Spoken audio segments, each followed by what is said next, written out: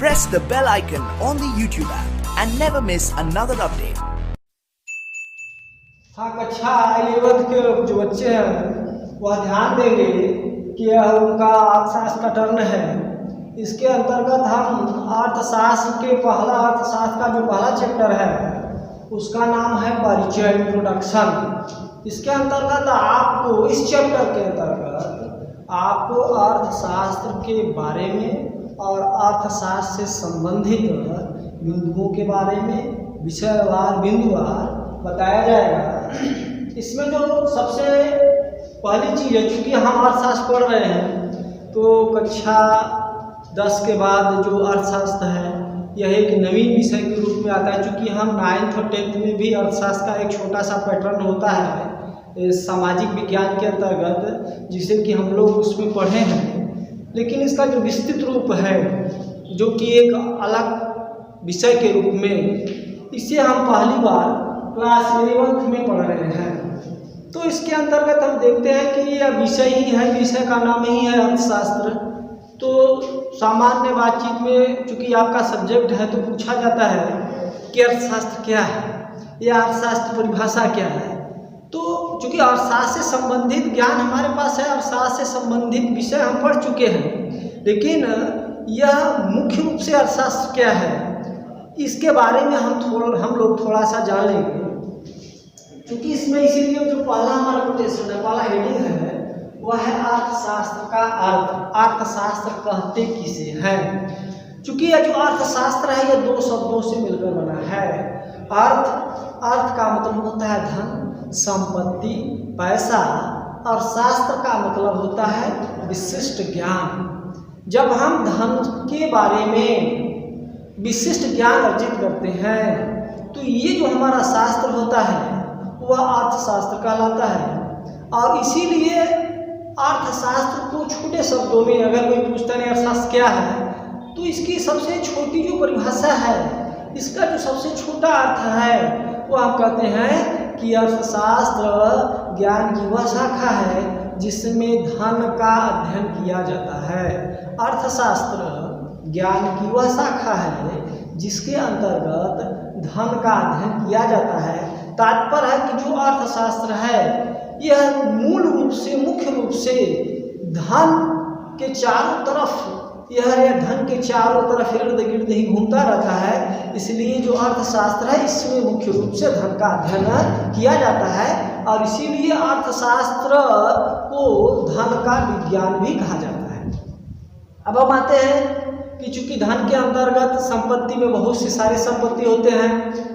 हमारा जो भूमि है जिस पर हम खेती करते हैं, किसानी करते हैं, वह भी संपत्ति होती है।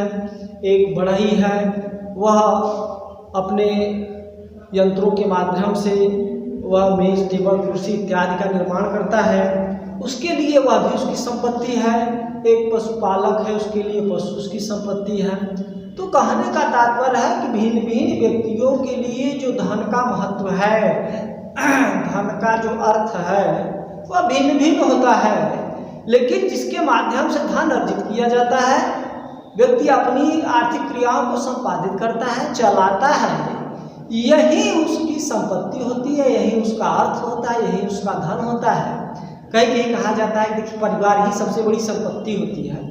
तो कहने का तात्पर्य है कि भिन्न भिन्न व्यक्तियों के लिए, भिन्न भिन्न परिवेश में, भिन्न भिन्न राज्यों के लिए जो धन है, संपत्ति है, वह अलग अलग हो सकता है, लेकिन जो व्यक्ति की आवश्यकताओं की संतुष्टि करने के लिए आवश्यक होता है, संतुष्टि करने में सहायक होता है या माध्यम होता है, वही व्यक्ति का जो है धन या संपत्ति कहलाता है।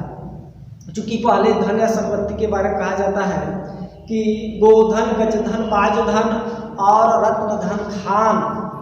तो कहते हैं कि ये भी उस पहले समय में कहा जाता है गोधन, गजधन, बाजधन, ये जो धन की श्रेणी उस समय गिनी जाती थी या धन के बारे में बताया जाता था, उसमें जो सबसे बड़ी संपत्ति प्रारंभिक समय में होती थी जब इसका निर्माण किया गया था, इस दोहे का निर्माण किया गया था, तो उसमें सबसे बड़ी जो संपत्ति राज्य की मानी जाती थी, किसी देश की मानी जाती थी, वह होता था गज, गज धन। गज धन, गज मीन्स होता है हाथी। हाथी किसी राज्य की सबसे बड़ा संपत्ति होती थी, संपत्ति वो इसलिए होती थी क्योंकि जो हाथी होती है वह किसी राज्य को सबल बनाती है, मजबूत बनाती है। जिस राज्य के पास जितना ज़्यादा हाथी होते थे युद्ध के अंतर्गत, युद्ध के दौरान उतनी बड़ी उसकी हाथियों की सेना बनती थी और एक हाथी जो होती थी वह बहुत सारे सैनिकों के ऊपर भारी होती थी। तो जिसके पास सेना की हाथी जो संपत्ति होती थी, हाथी सेना जिसके पास सबसे ज़्यादा होती थी वह राज्य बड़ा शक्तिशाली होता था। दूसरे नंबर पर आता है गजधन। गोधन, गो मीन्स होती थी गाय, कहते हैं गो मीन्स गाय होता है। तो गाय का तात्पर्य होता है कि जिस राज्य के पास ज़्यादा गाय होती थी वहाँ के जो व्यक्ति होते थे वह शक्तिशाली मजबूत होते थे, क्योंकि उनके पास गाय अधिक होने के नाते अत्यधिक मात्रा में दूध बनता था, घी बनता था, या दूध से संबंधित जो है जो पौष्टिक आहार का मुख्य स्रोत होता था वह दूध होता था। तो इसलिए जो वहाँ के लोग होते थे वह दूध का अत्यधिक मात्रा में, ज़्यादा मात्रा में सेवन करते थे। परिणाम होती थी कि उनकी जो जनता होती थी वह बलिष्ठ होती, शक्तिशाली होती थी।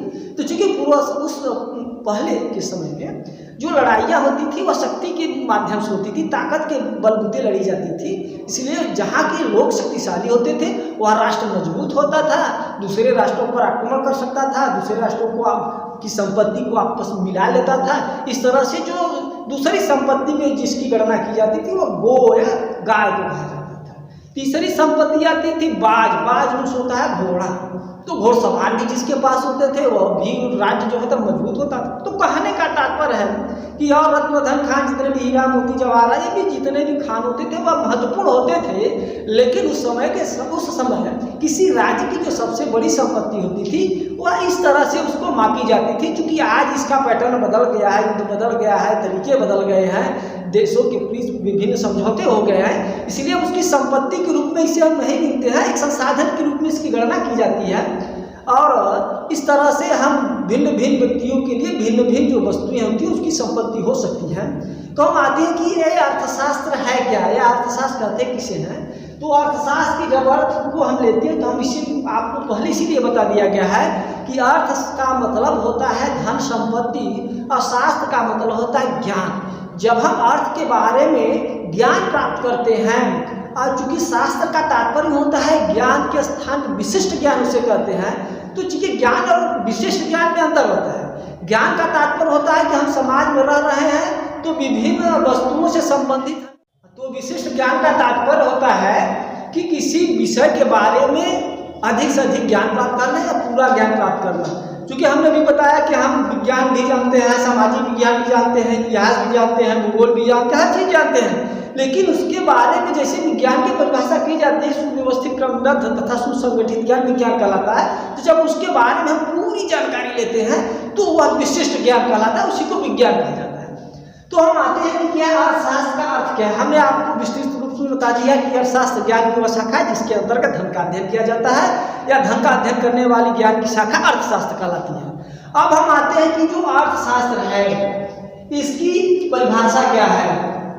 तो अर्थशास्त्र की परिभाषा को लेकर के जो अर्थशास्त्री हैं इनके अंतर्गत बहुत ज़्यादा मतभेद है। कोई भी अर्थशास्त्री किसी एक व्यक्ति के परिभाषा को पूर्ण नहीं मानता है। इसीलिए अर्थशास्त्र की जो परिभाषा है वो इतना अत्यधिक हो गया है कि इसके व्यवस्थित जानकारी के लिए इसको हमको कई भागों में बांटना पड़ता है। क्योंकि जो अर्थशास्त्र की परिभाषा जिन लोगों ने दिया है वह किसी एक बिंदु को सेंटर में रख करके, मध्य में रख करके वह अपनी परिभाषा को उन्होंने प्रस्तुत किया है। जैसे हम आते हैं इसी के आधार पर अर्थशास्त्र को हम जो है अर्थशास्त्र की परिभाषा को हम कई भागों में बांटते हैं। एग्जाम्पल के रूप में चूंकि क्लास 11th में जो है यह 4 भागों अर्थशास्त्र की परिभाषा को 4 भागों में डिवाइड किया है। इन 4 भागों को हमको पढ़ना है, आगे चलेंगे तो ये और भाग बढ़ जाते हैं, परिभाषा को और बढ़ा दिया जाता है। लेकिन क्लास 11th के अंतर्गत हम अर्थशास्त्र की परिभाषा जो है इन परिभाषाओं को 4 वर्गों में बांटते थे, 4 समूहों में बांटा जाता है। तो जो सबसे पहली परिभाषा का जो समूह है वह हमारा है धन संबंधी परिभाषा। धन संबंधी परिभाषा के अंतर्गत हमने कहा कि यह धन किसी के लिए कुछ भी हो सकता है, अलग अलग बिंदु पर उसे धन माना जाता है। तो धन संबंधी परिभाषा के अंतर्गत ऐसे अर्थशास्त्री जिन्होंने अर्थशास्त्र को धन का विज्ञान माना है, जो कहते हैं कि नहीं अर्थशास्त्र में अन्य किन्हीं वस्तुओं का अध्ययन नहीं होगा, इसके अंतर्गत सिर्फ और सिर्फ धन का अध्ययन होगा, ऐसे अर्थशास्त्रियों ने धन को केंद्र बिंदु मान करके, धन को अत्यधिक महत्वपूर्ण मान करके अर्थशास्त्र की जो परिभाषा है वह धन पर केंद्रित करके दिया है। इसलिए इस परिभाषा को धन संबंधित परिभाषा या धन केंद्रित परिभाषा के नाम से जाना जाता है। जो दूसरी परिभाषा है वह है कल्याण संबंधी परिभाषा। क्योंकि जो धन संबंधी परिभाषा जिन अर्थशास्त्रियों ने दिया है उसमें एडम स्मिथ सबसे प्रमुख व्यक्ति हैं, सबसे प्रमुख अर्थशास्त्री हैं, और उन्होंने धन को ही अर्थशास्त्र की विषय सामग्री माना है। लेकिन जो दूसरा ग्रुप है वह मार्शल का ग्रुप है, अर्थशास्त्री है मार्शल, वो कहते हैं कि नहीं, धन अर्थशास्त्र का विषय सामग्री नहीं है, बल्कि अर्थशास्त्र की विषय सामग्री जो है वह कल्याण है।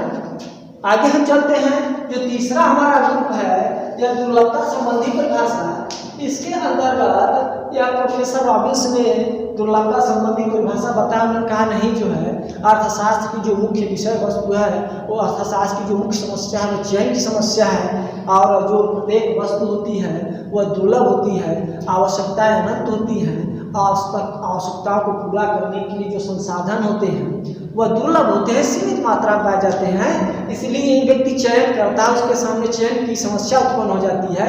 यही जो चयन की समस्या है यही अर्थशास्त्र की विशेष सामग्री है।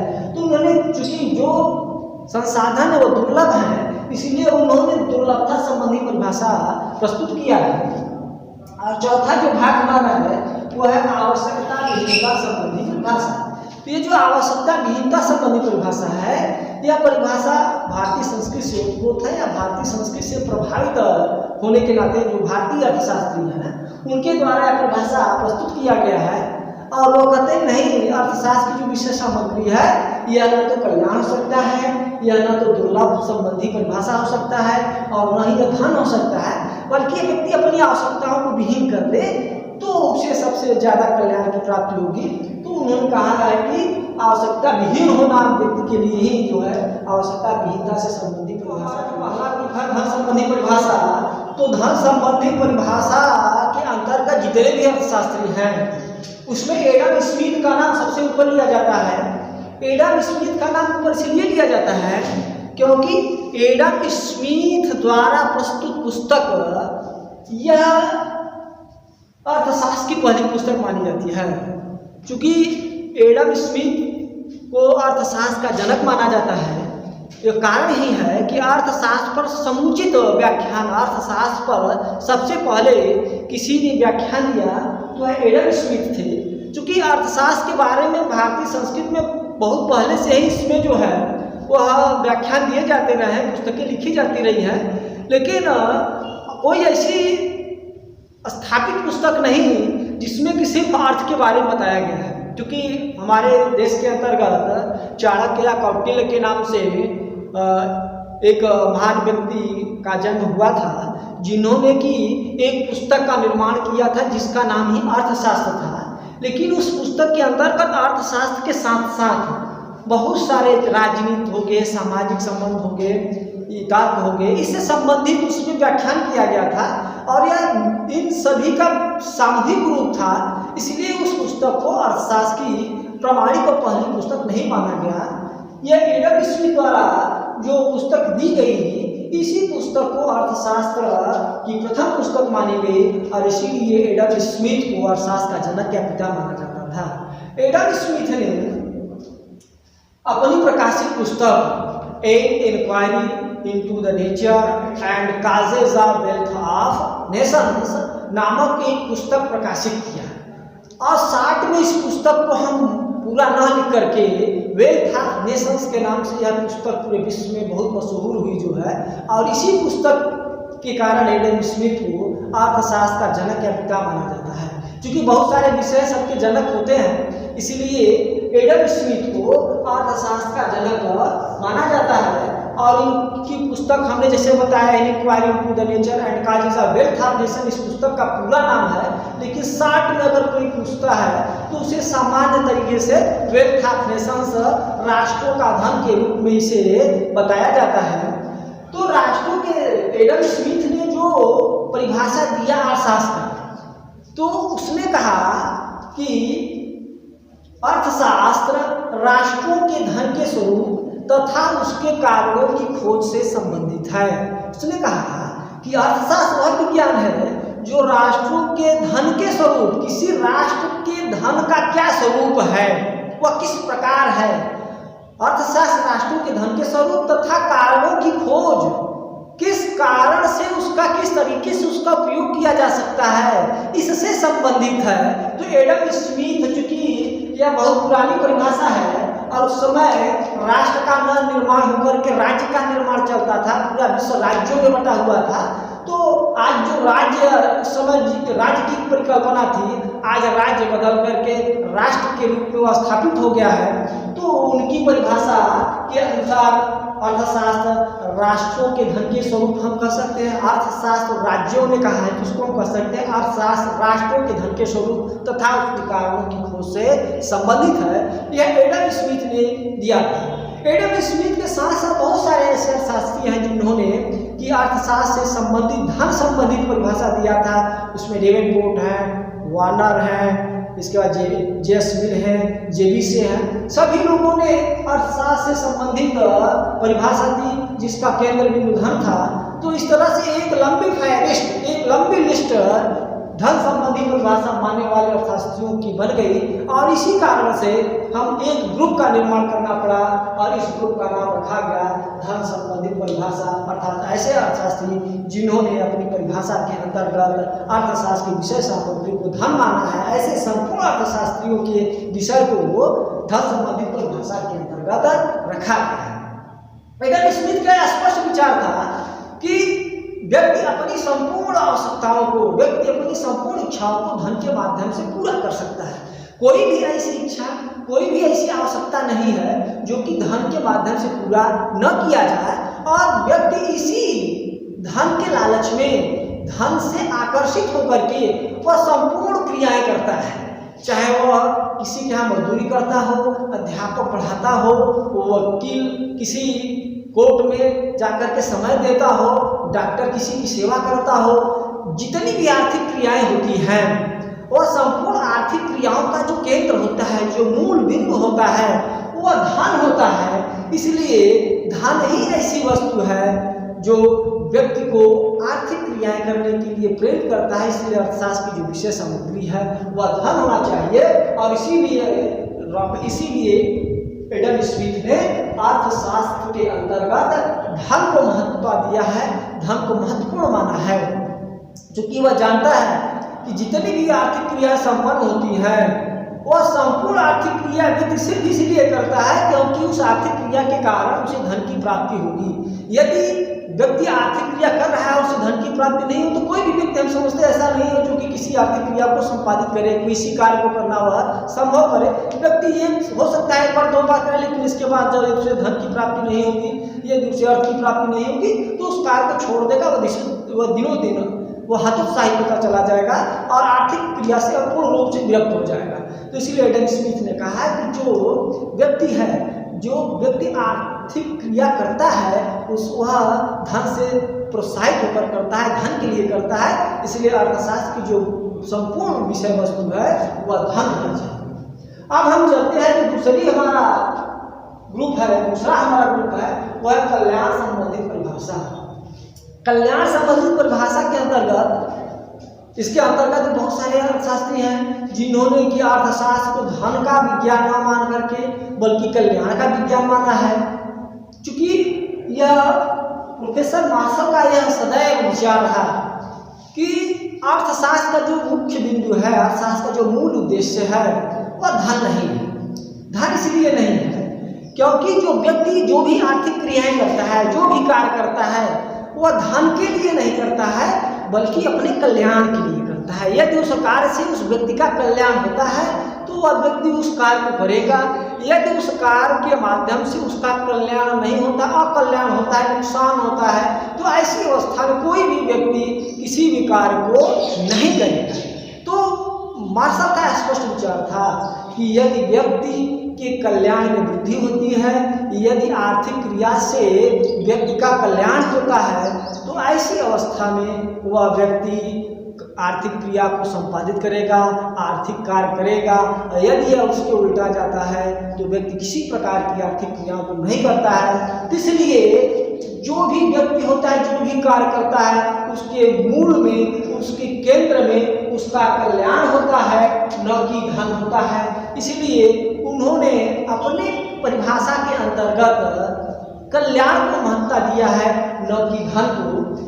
मार्शल कहता है कि जो धन है वह साध्य नहीं है, जो धन है वह साधन है। हम धन के माध्यम से अपनी आवश्यकताओं को पूरा करते हैं। यह हमारा स्वामी नहीं है, बल्कि यह धन हमारा सेवक है। हम धन के लिए कार्य नहीं करते हैं, बल्कि धन के माध्यम से अपने कल्याण में वृद्धि के लिए कार्य करते हैं। इसलिए व्यक्ति का कल्याण महत्वपूर्ण है, धन महत्वपूर्ण नहीं है। इसलिए अर्थशास्त्र की जो विषय सामग्री है वह कल्याण होनी चाहिए, और इसी के आधार पर मार्शल ने अपनी परिभाषा को प्रस्तुत। तो मार्शल के अनुसार जो अर्थशास्त्र की परिभाषा है, या मार्शल द्वारा जो अर्थशास्त्र की परिभाषा दी गई है, मार्शल कहता है कि अर्थशास्त्र मानव जीवन के सामान्य व्यवसाय का अध्ययन है। इसमें व्यक्तिगत तथा सामाजिक क्रियाओं के उस भाग की जांच की जाती है जिसका भौतिक सुख के साधनों की प्राप्ति और उपभोग से बड़ा ही घनिष्ठ संबंध होता है। अर्थशास्त्र मानव जीवन के सामान्य व्यवसाय का अध्ययन है। तात्पर्य है कि जो व्यक्ति है वो अपने जीवन काल में दो प्रकार के कार्य करता है, एक सामान्य कार्य करता है, एक असामान्य कार्य करता है। यह साधारण व्यवसाय करता है, साधारण व्यवसाय और असाधारण व्यवसाय करता है। तो कहने का तात्पर्य है कि जो अर्थशास्त्र की जो विषय सामग्री है, जैसा कि परिभाषा में बताया गया है, उसके अंतर्गत जो अर्थशास्त्र की विषय सामग्री वह कल्याण है, और इसी कल्याण को दृष्टिगोचर करते हुए, इसी कल्याण को ध्यान में रखते हुए मार्शल ने अपने अर्थशास्त्र की परिभाषा को प्रस्तुत किया है। अब हम चलते हैं यह दुर्लभता संबंधी परिभाषा, जो कि आपका तीसरा ग्रुप है। तो दुर्लभता संबंधी परिभाषा को प्रोफेसर रॉबिन्स द्वारा प्रस्तुत किया गया है। क्योंकि रॉबिन्स आधुनिक अर्थशास्त्र के एक बहुत ही प्रसिद्ध अर्थशास्त्री हैं, और रॉबिन्स तथा मार्शल के अंतर्गत विभिन्न मुद्दों को लेकर आपस में भले ही मतभेद रहा हो, लेकिन रॉबिन्स की परिभाषा को आधुनिक समय में, आज के समय में सबसे महत्वपूर्ण परिभाषा, अर्थशास्त्र की सबसे महत्वपूर्ण परिभाषा के रूप में बताया जाता है। रॉबिन्स ने अर्थशास्त्र के अंतर्गत यह सिद्ध करने का प्रयास किया है कि जो मनुष्य होता है, जो व्यक्ति होता है, उसकी जो आवश्यकताएं हैं वो अनंत होती है। जैसे जैसे उसकी आवश्यकताएं पूरी होती जाती हैं, उसकी इच्छाएं और बढ़ती जाती है, और उसे उस इच्छा और आवश्यकता को पूरा करने के लिए उसके पास जो संसाधन होते हैं, जिसके माध्यम से वो अपनी आवश्यकताओं को पूरा करना चाहता है, वह संसाधन कई गुना कम हो जाते हैं, बहुत कम हो जाते हैं। तो समस्या उत्पन्न हो जाती है कि हम अपनी आवश्यकताओं में से किन आवश्यकताओं को पहले पूरा करें और किन आवश्यकताओं को टाल सकें, क्योंकि उन आवश्यकताओं को पूरा करने के लिए हमारे पास संसाधन नहीं है। उचित मात्रा में, प्रयुक्त मात्रा में वो संसाधन न होने के नाते हम उसका चयन करते हैं, उसमें चुनते हैं कि यह जो पहली समस्या है, दूसरी समस्या है, पहली आवश्यकता है, दूसरी आवश्यकता है, तीसरी आवश्यकता है, लेकिन इसको पूरा करने के लिए हमारे पास ये दो संसाधन, एक संसाधन है। तो हम अपनी विभिन्न आवश्यकताओं में से ऐसी आवश्यकताओं को पहले पूरा करते हैं जिस आवश्यकता की तीव्रता अत्यधिक होती है, जिसको कि हम टाल नहीं सकते हैं। ऐसी आवश्यकता को हम क्या करते हैं, लिस्ट बनाते हैं या अपनी आवश्यकताओं को देखते हैं, और उसमें जो सबसे तीव्र आवश्यकता होती है उसको हम पहले पूरा करते हैं। जिन आवश्यकताओं की तीव्रता में अंतर होता है उस आवश्यकता को पूरा बाद में करते हैं। तो चूंकि हम अपनी आवश्यकताओं से चुनते हैं, तो ये जो चुनने की समस्या हुआ, जो यह है इलेक्शन करने की समस्या, सेलेक्ट करने की जो समस्या हुआ, यही जो चुनाव है, यही अर्थशास्त्र की विषय सामग्री के रूप में मानी जाती है। अब हम देखते हैं कि रॉबिन्स द्वारा दी गई जो अर्थशास्त्र की परिभाषा है, राबिन्स कहता है कि अर्थशास्त्र वह विज्ञान है जिसमें साध्यों तथा सीमितता और अनेक प्रयोग वाले साधनों से संबंधित मानव व्यवहार का अध्ययन किया जाता है। राबिन्स कहता है कि जो मानव व्यवहार है, जैसे हमने बताया कि जो मानव है यह इसकी आवश्यकताएं अनंत हैं। यदि हमारी किसी एक छोटी आवश्यकता है, आज हम साइकिल चल रहे हैं, यदि हमारी ये साइकिल की आवश्यकता पूरी हो जाती तो मोटरसाइकिल का जो है हमारी आवश्यकता बढ़ जाती है। तात्पर्य एक आवश्यकता पूरी होती है तो उसके साथ अनेक आवश्यकताएं बढ़ जाती हैं। तो ये जो आवश्यकताएं होती है, मानव की जो इच्छा होती है, मानव का जो व्यवहार होता है, वह अत्यधिक आवश्यकताओं को जन्म देता है। अभी आपने जो है एक मछली वाली कहानी सुनी होगी, किसी चैप्टर के अंतर्गत दिया था, तो जो नदी में कुल्हाड़ी गिर जाती है तो अपने पत्नी के पास ले जाता है, तो वह चांदी की कुल्हाड़ी पहले ले जाता है, फिर सोने की ले जाता है, फिर वो इसकी आवश्यकताएं बढ़ती जाती हैं। अंत में जो है वो मछली गुस्सा होकर के उसे साथ देती है, पुनः अवस्था में प्राप्त हो जाता है। तो ये दर्शाता है कि जो मानव व्यवहार है यह इस तरीके का है कि यह इसकी आवश्यकताएं कभी कम ही नहीं हो सकती। जैसे जैसे आवश्यकता एक आवश्यकता उसकी पूरी होती है तो उसके साथ 10 आवश्यकताएं निकल जाती हैं। 10 आवश्यकता पूरी होती है तो सैकड़ों आवश्यकताएं निकल जाती है।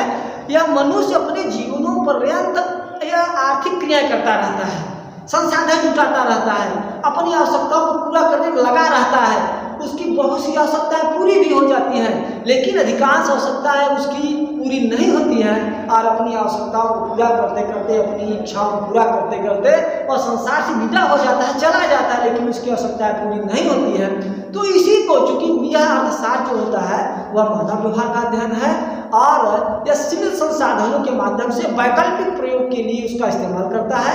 तो ये चुनाव जो समझता है, चूंकि जो संसाधन है वह दुर्लभ है, सीमित मात्रा में है। संसार में जो वस्तु सीमित मात्रा में होता है, कम मात्रा में होता है, उसी वस्तु को हम दुर्लभ कहते हैं, जो कि आसानी से प्राप्त न हो सके।